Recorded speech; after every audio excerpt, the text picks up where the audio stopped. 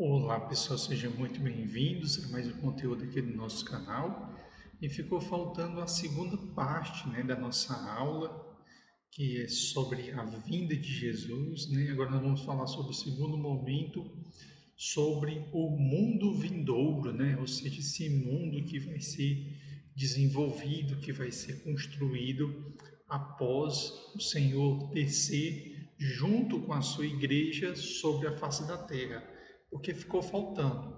No nosso vídeo passado, nós falamos sobre o arrebatamento, nós falamos sobre as bodas do Cordeiro, né? Também falamos ali naquele primeiro momento onde os salvos também vão receber a sua recompensa. Falamos sobre a grande tribulação, falamos ali quando Jesus Cristo desce com aquela igreja que havia sido arrebatada e ele implanta o seu reino milenar. E hoje nós vamos seguir agora para a parte final, ou seja, o juízo final, certo? Então, trazendo para vocês, nós cremos, professamos e ensinamos que existe um mundo vindouro para os salvos e para os condenados, certo? Por quê? Muitos ficam perguntando: e aqueles que morreram sem Cristo? Né? Aqueles que ao longo da história morreram sem Cristo, aqueles que mesmo assim resistiram a Cristo, ou seja, resistiram ao Evangelho, o que vai acontecer com eles? Porque o destino da besta, o destino do falso profeta, o destino do anticristo e até mesmo Satanás preso por 1000 anos, nós conhecemos. E essas pessoas, nós vamos trazer agora, justamente nesse momento, qual será o destino dessas pessoas, certo? Então, depois do milênio, ou seja, depois que Cristo desce com a sua igreja sobre a face da terra, com aqueles que foram arrebatados e com aqueles que foram ressuscitados e subiram para se encontrar com Cristo, junto com agora aqueles, que foram submetidos à grande tribulação, foram mortos durante a tribulação, ou seja, sacrificados por amor de Cristo, agora eles vêm para reinar com Cristo durante 1000 anos e durante esse período Satanás se encontra preso. Virá agora o chamado juízo final, conhecido como o grande trono branco, que diz assim: e vi um grande trono branco, Apocalipse capítulo 20, versículo 11. Após esse julgamento, virão um novo céu e a nova terra, assim como a nova Jerusalém, ou seja, tudo vai ser formado novamente, certo? Então vamos lá para o primeiro elemento, que é o juízo final.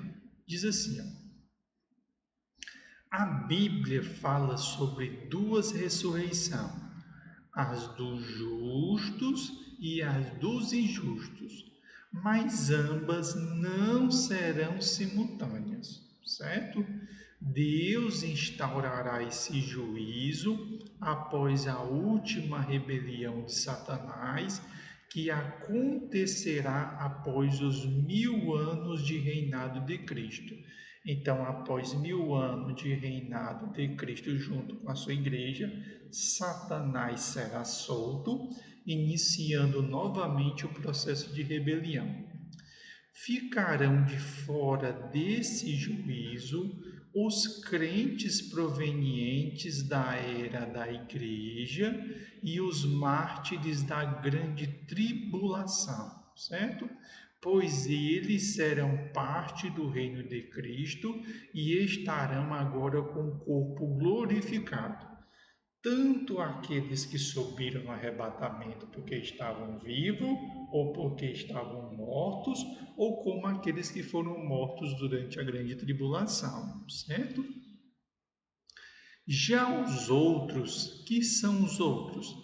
Aqueles que não fizeram parte da primeira ressurreição, ou seja, que não ressuscitaram durante o arrebatamento. Mas os outros mortos não reviveram, até que os 1000 anos se acabaram. Apocalipse, capítulo 20, versículo 5. Ou seja, eles não ressuscitaram quando veio o arrebatamento, eles não ressuscitaram durante a tribulação e eles não ressuscitaram durante os 1000 anos. Serão ressuscitados nessa ocasião para o julgamento. A base primordial do juízo final é a justiça perfeita e inquestionável de Deus. Deus é um juiz justo. Salmos, capítulo 7, versículo 11. Não faria justiça o juiz de toda a terra? O Senhor Jesus disse: O Pai a ninguém julga, mas deu ao Filho todo o juízo. João, capítulo 5, versículo 22. Assim, Deus executará esse juízo por meio de Jesus Cristo, certo? Então, Jesus Cristo, ele será o supremo juiz para julgar o mundo, né? Ou seja, para julgar aqueles que morreram sem Cristo, que eles serão ressuscitados para serem julgados, certo? Os livros do julgamento. Muitos livros serão abertos, e todos os outros mortos serão julgados pelas coisas escritas nesse livro. Serão pessoas de todas as classes sociais, tanto os grandes quanto os pequenos, não dizem respeito à idade, se crianças e adultos, mas a status. O juízo final não fala sobre vivos. Ele diz assim: E vi os mortos, grandes e pequenos, que estavam diante do trono, e abriram-se os livros, e abriu-se outro livro, que é o da vida. E os mortos foram julgados pelas coisas que estavam escritas nos livros, segundo as suas obras.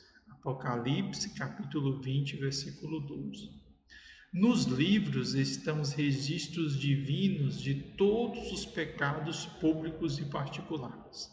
O julgamento será com base nas obras registradas nesses livros.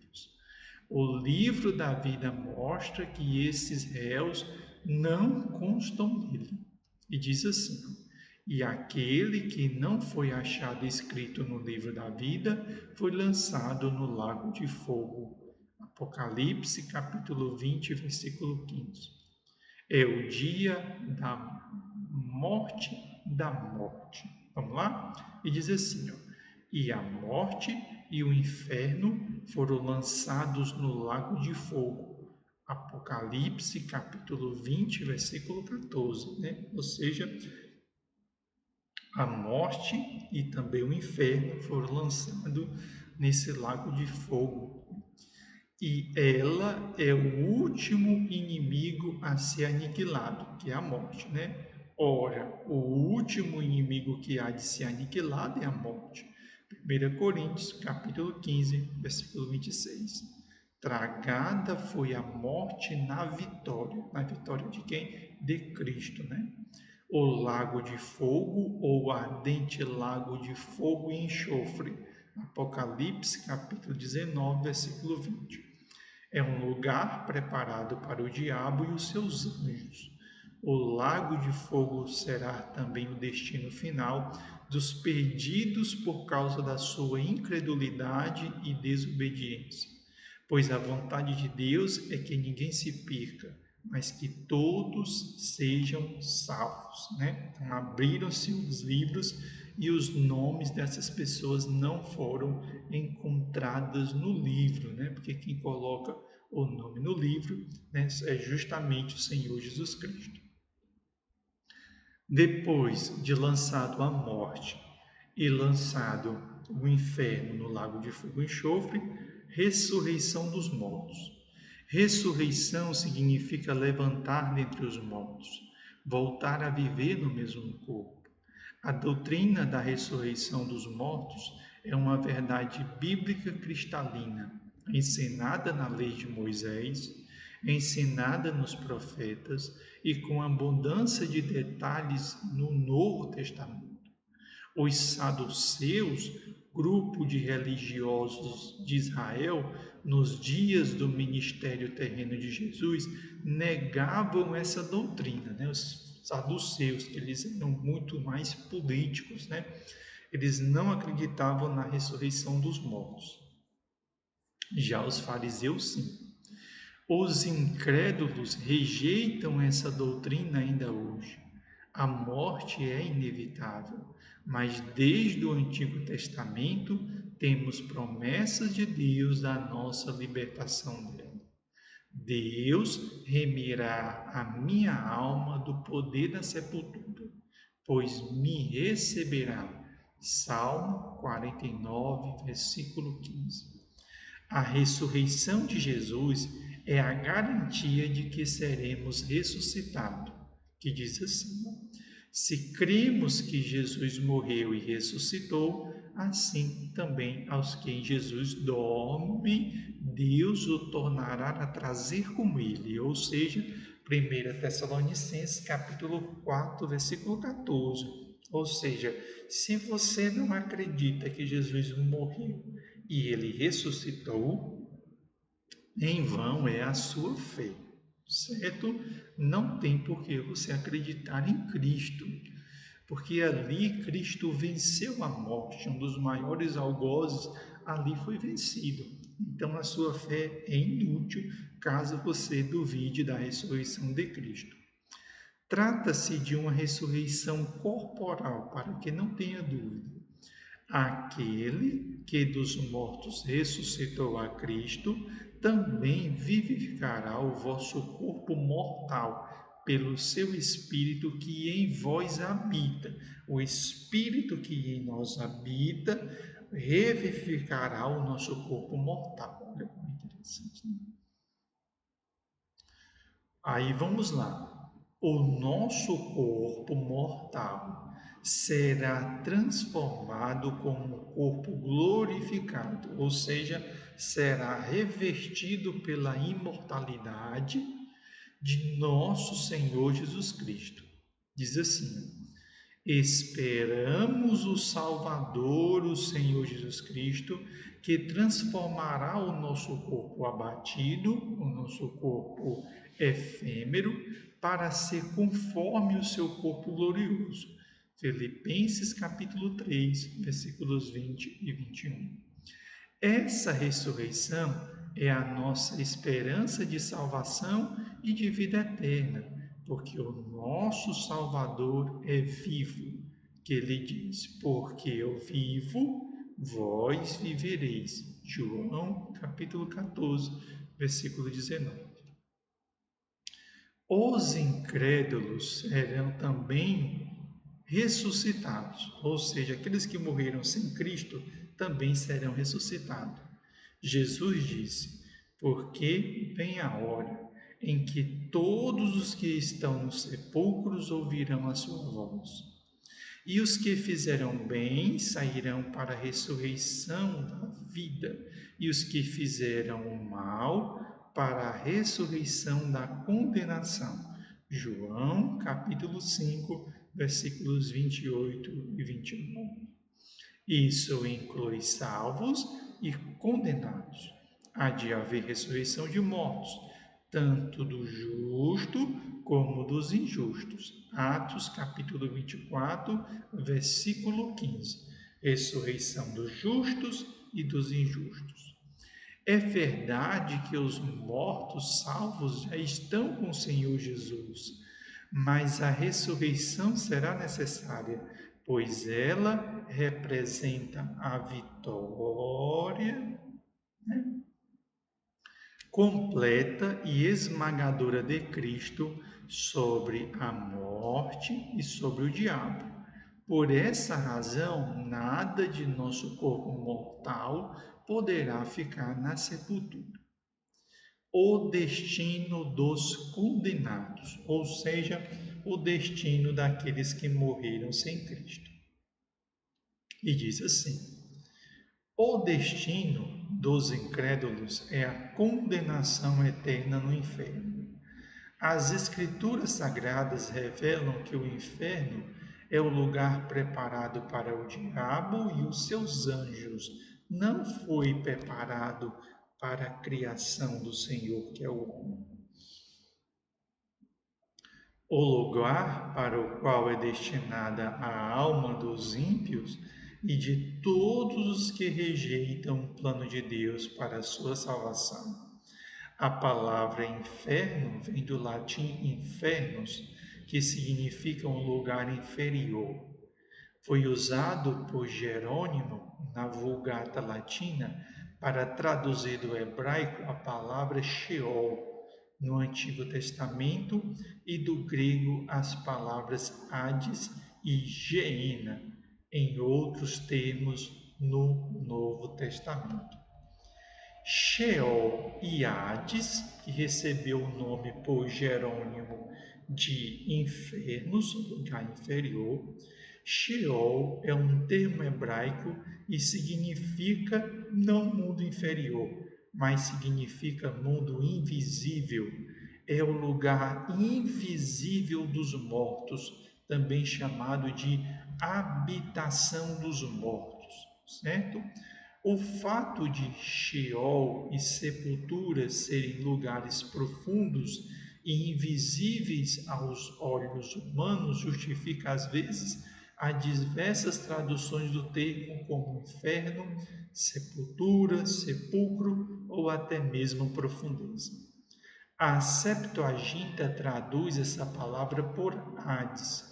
Hades é o estado intermediário dos mortos.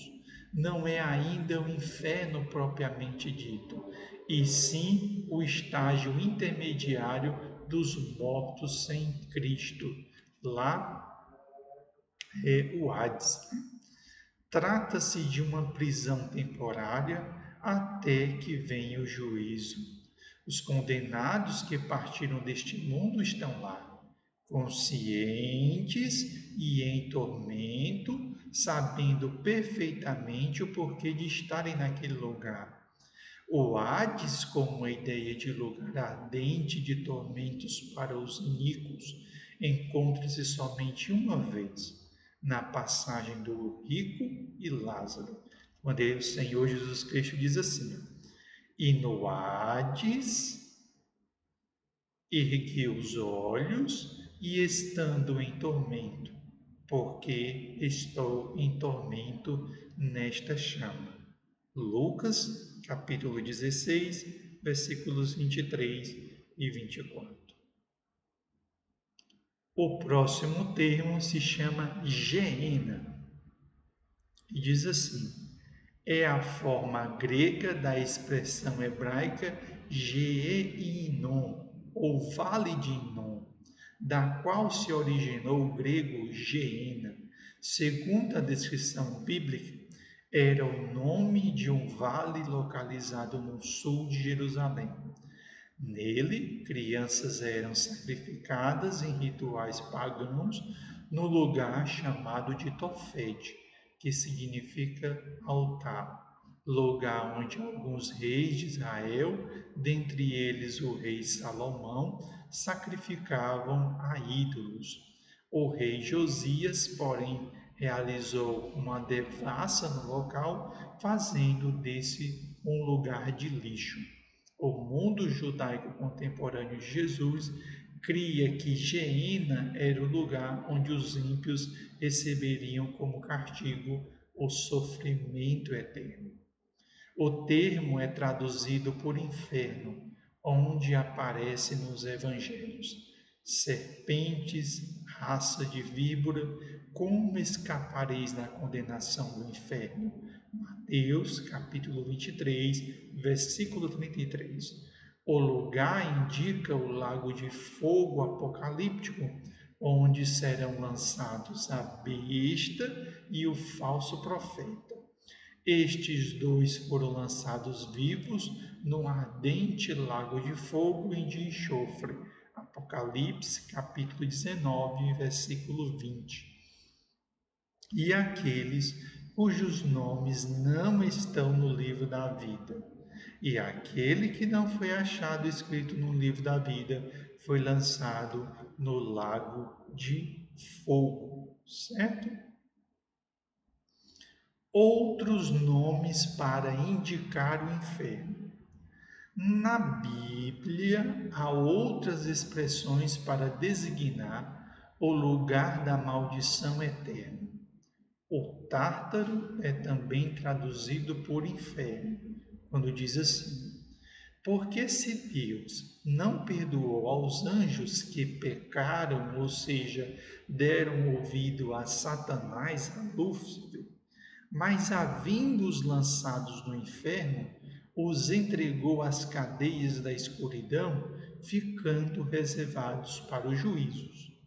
Há ainda muitas outras formas usadas para o lugar de suplício eterno, como abismo, fornalha de fogo, trevas exteriores, fogo eterno, vergonha, desprezo eterno e tormento eterno. Esse é o castigo eterno, também chamado de fogo, que nunca se apagará. E para finalizarmos, a nossa lição, nós vamos agora para o novo céu e a nova terra, certo? É o destino final dos salvos. E diz assim: e veio um novo céu e uma nova terra, porque já o primeiro céu e a primeira terra passaram, e o mar já não existe. O céu e a terra que conhecemos desaparecerão para dar lugar a uma nova criação. Isso é anunciado desde o Antigo Testamento e é ratificado no Novo Testamento, ou seja, confirmado, chancelado. O próprio Senhor Jesus Cristo confirmou essa palavra profética quando ele disse: o céu e a terra passarão, mas as minhas palavras não hão de passar. A promessa divina de que a terra permanece para sempre significa que sempre haverá uma terra, mas não necessariamente essa mesma que nós conhecemos, caída, pecaminosa, afetada pela desobediência. A palavra profética também anuncia um novo céu e uma nova terra. Quando for instalado o juízo do grande trono branco, o céu e a terra deixarão de existir. Ele diz assim: e veio um grande trono branco, e o que estava sentado sobre ele, de cuja presença fugiu a terra e o céu, e não se achou lugar para eles, nem para o céu e nem para a terra. Trata-se de uma fase preparatória para o estabelecimento de um novo céu e uma nova terra. A terra contaminada pelo pecado não resistirá ao esplendor da presença de Deus. O universo físico não se sustentará diante da pureza, da santidade, da glória daquele que está assentado sobre o trono. E o fato de a morte e o inferno serem lançados no lago de fogo indica que novo céu e nova terra, e não haverá morte, porque ela foi tragada, e muito menos condenação. E para finalizar a nossa aula, seguimos agora com a Nova Jerusalém, que diz assim: o novo céu e a nova terra não são a terra paradisíaca do milênio, nem a santa cidade, a Nova Jerusalém, que de Deus descia do céu. E diz assim: é a Jerusalém milenial. Estamos aqui no período pós-milênio. Temos aqui a Jerusalém que é de cima, ou seja, não a Jerusalém terrena, mas uma Jerusalém celestial, que é essa que nós aguardamos. A Nova Jerusalém é quadrada e tem a forma de um cubo que mede 2.200 quilômetros de comprimento, largura e altura, feita internamente de ouro transparente, um tipo de material inexistente da Terra. O muro da cidade tem 12 portas, 12 anjos nela e mais os nomes das 12 tribos de Israel. Nos fundamentos dos muros constam os nomes dos 12 apóstolos do Cordeiro. E esses fundamentos são adornados com pedras preciosas. A cidade não tem templo, pois o seu templo é Deus e o Cordeiro. E não necessita de sol nem de lua, pois o resplendor de Deus a tem iluminado e o Cordeiro é a sua lâmpada. Pois o resplendor da glória de Deus tem iluminado e o Cordeiro é a sua lâmpada. Na Nova Jerusalém não haverá mais dor, nem tristeza, nem solidão e nem sofrimento. E diz: E Deus limpará de seus olhos toda lágrima, e não haverá mais morte, nem pranto, nem clamor, nem dor, porque já as primeiras coisas são passadas. Isso não acontecerá, pois o próprio Deus habitará no meio do seu povo. Por isso não haverá mais morte, porque ela foi lançada no lago de fogo e enxofre, não haverá mais pranto, não haverá mais clamor, não haverá mais dor, certo?